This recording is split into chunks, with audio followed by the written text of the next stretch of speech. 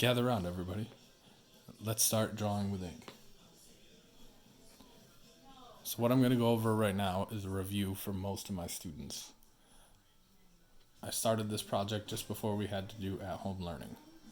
We're going to go over the basics of an ink drawing.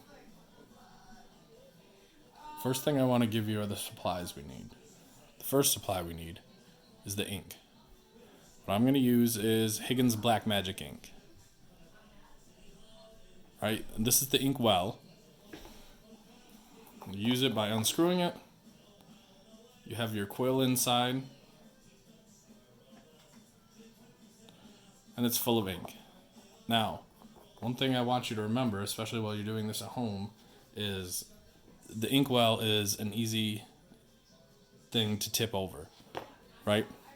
It doesn't take much to be working on a project and have a conversation, talk, answer a text message, and simply knock over your inkwell and destroy your project.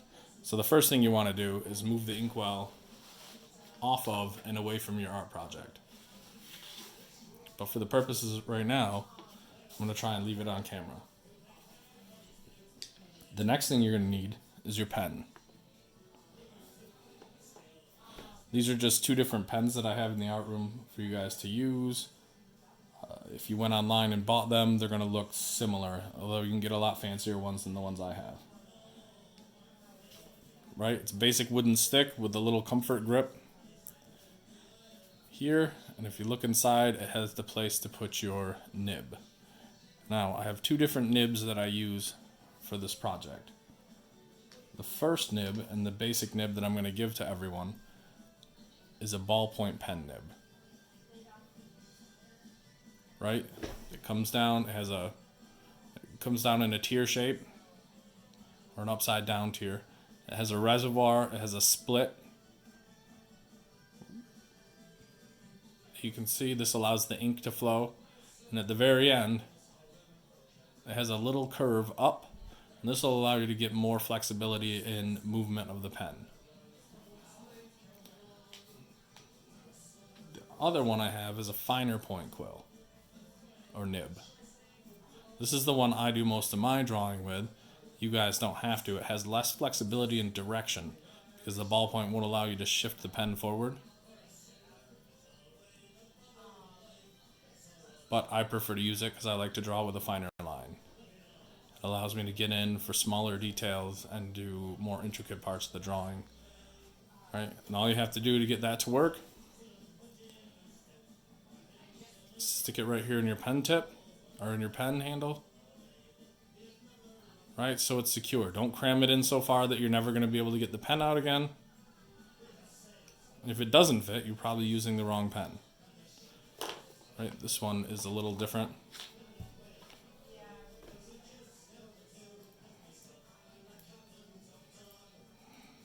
Slide in like that. Again, not too far. And it allows for nice ease of use. So you're going to take the pen, unscrew the well. You're going to dip it inside the well, usually until that reservoir is covered in ink, and that'll allow you to start drawing. Now, the lines that you get from the pen all depend on the amount of pressure you place down and the amount of ink you put in. You're also going to get thicker lines with the ballpoint pen than you will with the fine point pen.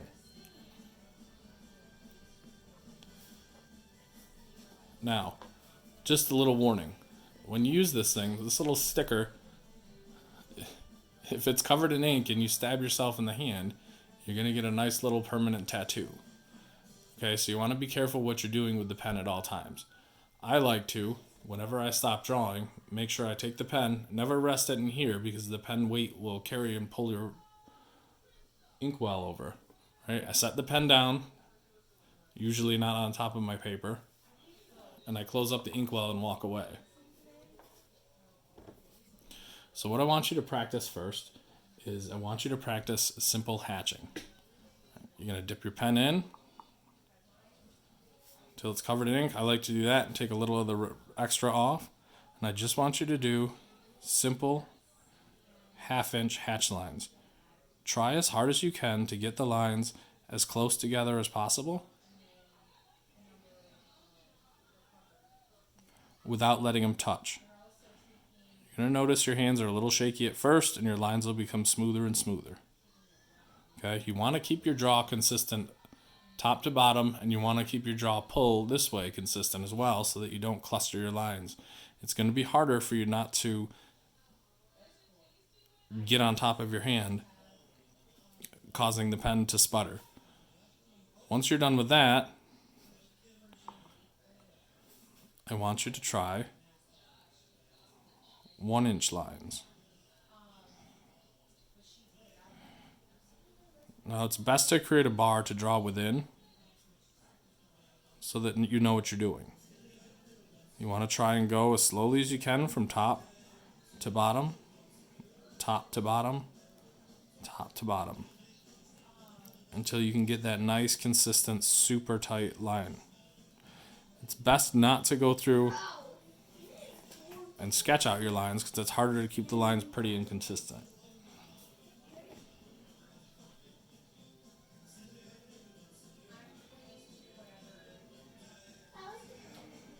Once you're done with that, I want you to try cross-hatching. Now, cross-hatching is an easy one to cheat with. All you have to do is turn your line one way.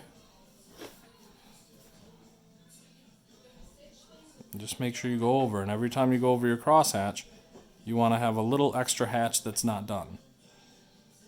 So again, try and fill a 1-inch space with cross-hatching, leaving just a little bit unhatched,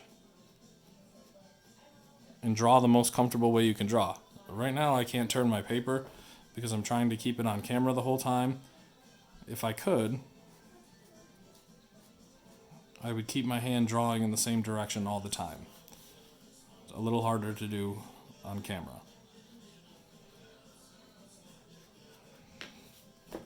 Right?